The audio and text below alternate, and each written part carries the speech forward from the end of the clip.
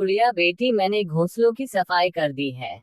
अब आप घोंसले गंदे मत करना और दरवाजे की कुंडी भी लगा लेना। मैं बाजार से कुछ चीजें लेने जा रही हूँ। मम्मा मौसी कब आएंगी? आपकी मौसी दोपहर तक पहुँच जाएंगी। मैं अपनी मौसी के साथ जंगल की सैर करने जाऊंगा।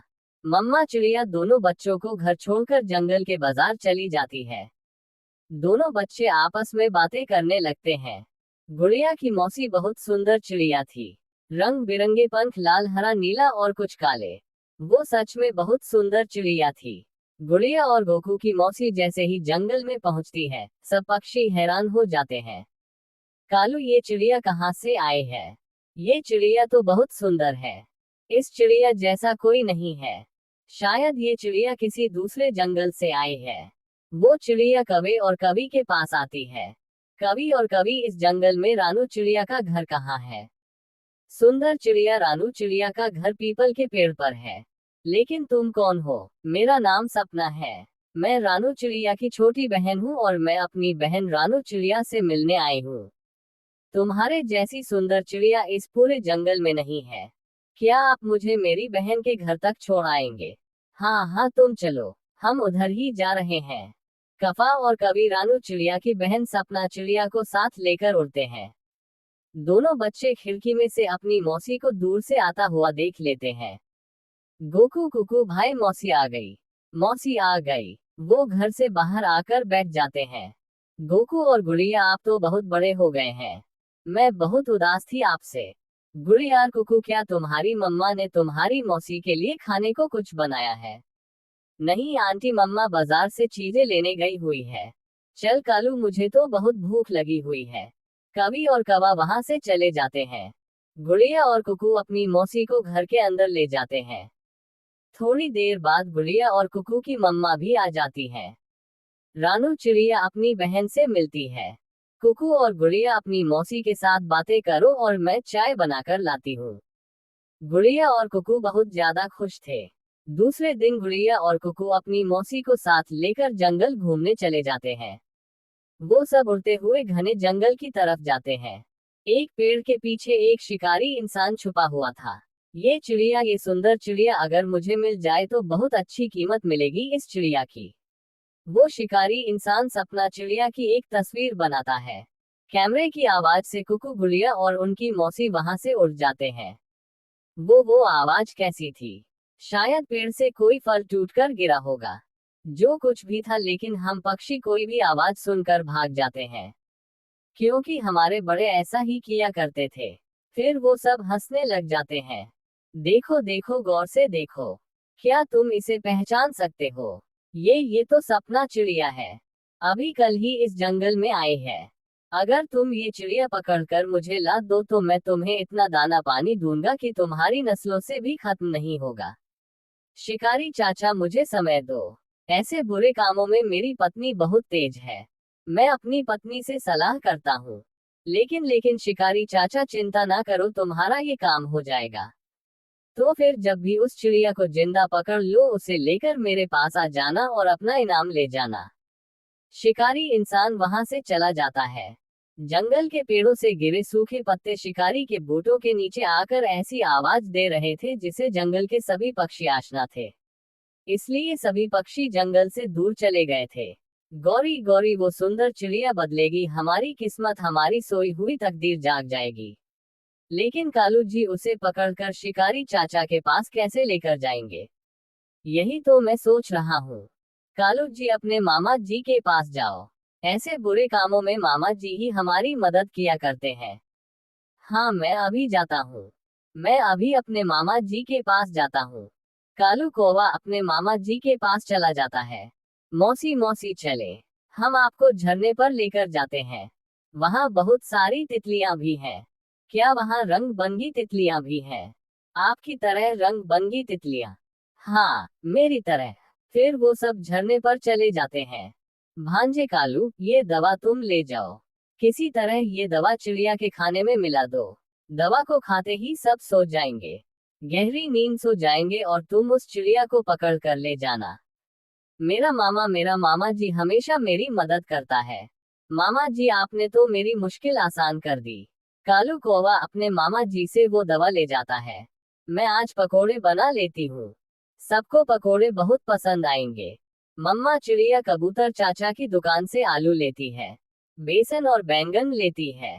कालू जी मेरे पास उपाय है। मैं बनाती हूँ मीठी खीर और मीठी खीर में ये दवा मिलाकर चिड़िया के घर दे आती हूँ, जिसे खाकर सब सो जाएंगे गहरी नींद। और हम उस रंग बिरंगी चिड़िया को पकड़कर शिकारी चाचा को दे आएंगे। कैसा लगा मेरा उपाय? एकदम बढ़िया। फिर गौरी का भी मीठी खीर बनाने लगती है।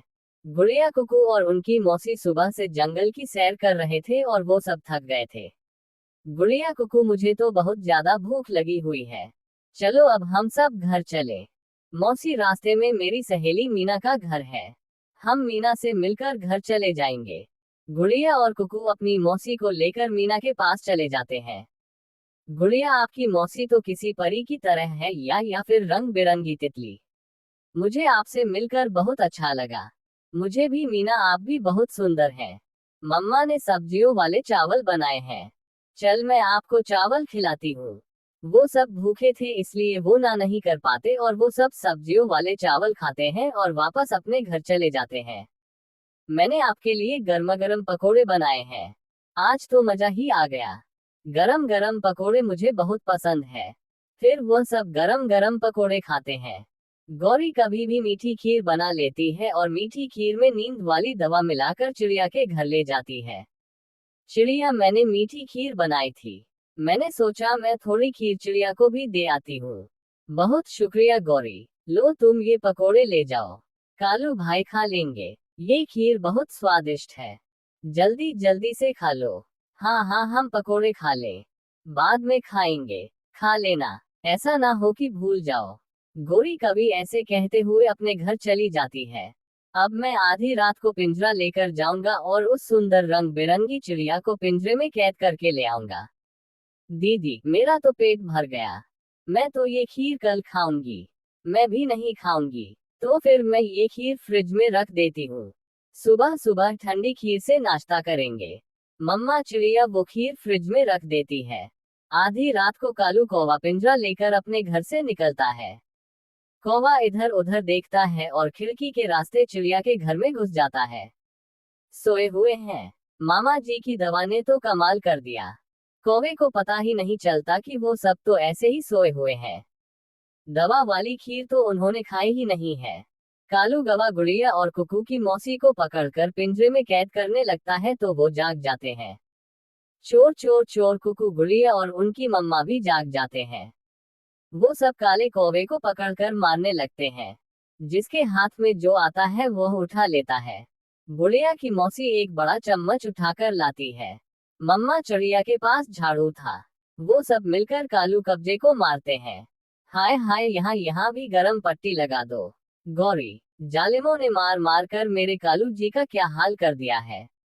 कालू कौवे के पूरे शरीर पर पट्टियां ही पट्टियां थी और गौरी कौवे कालू कौवे को मरहम लगा रही थी। वह तो अच्छा हुआ जो हमने वह खीर नहीं खाए, वरना वो कौवे का बच्चा ना जाने क्या करता। लेकिन मम्मा, अब कालू कौवा कभी किसी के घर नहीं जाएगा। फिर वो सब हंसने लग जाते हैं। प्यारे दोस्तों, इस कहानी को लाइक, अपने दोस्तों के साथ शेयर और चैनल को सब्सक्राइब करना बिल्कुल मत भूलना। आपका धन्यवाद। खेलते हुए, उछलते कूदते हुए, कभी कौवा आगे तो कभी कौवा पीछे। दोनों पति पत्नी गोरी कौवे और कालू कौवा अपना भोजन लेने जा रहे थे। गोरी थोड़ा और आगे, कल मैंने मकई के दाने देखे थे, वहां जाते हैं। दोनों पति पत्नी थोड़ा और आगे जाते हैं और एक पेड़ पर बैठ जाते हैं। कालू, देख लेना, मरवा ना देना। इतने सारे दाने एक जगह पड़े हैं और कोई दूसरा पक्षी क्यों नहीं खाने आया। मुझे तो दाल में कुछ काला नजर आ रहा है। किस में इतनी हिम्मत है कि इतनी दूर तक आ सके। ये हमारा ही काम है, नई नई जगहों की खोज करना। फिर कौवा और कभी पेड़ से उड़ते हैं और मकई के दाने खाने लगते हैं। कालू जी, ये मकई के दाने तो बहुत स्वादिष्ट है। मजा ही आ गया। मेरी माँ, एक बार मुझे कौवे ने अभी इतना ही कहा था कि रस्सी हिलती है और जाल उड़ता है। गोरी कौवे जाल में फंस जाती है और कालू कौवा उड़कर साथ वाले पेड़ पर बैठ जाता है। कालू कालू बचाओ मुझे। मुझे छोड़कर ना जाना। कालू, मैं तुम्हारे बिना मर जाऊंगी। गौरी, वो सामने शिकारी भाग आ रहा है। तुम शांत हो जाओ। शिकारी कौवे नहीं खाते, वो जरूर तुम्हें छोड़ देगा। शिकारी भी वहां पहुंच जाता है। ये तो कौवी है, सुबह से इंतजार कर रहा हूँ। अब अगर जाल में कुछ फंसा है तो वो भी काला कौवा। शिकारी जी, कृपया करें, मुझे छोड़ दें। मैं बहुत काली हूँ।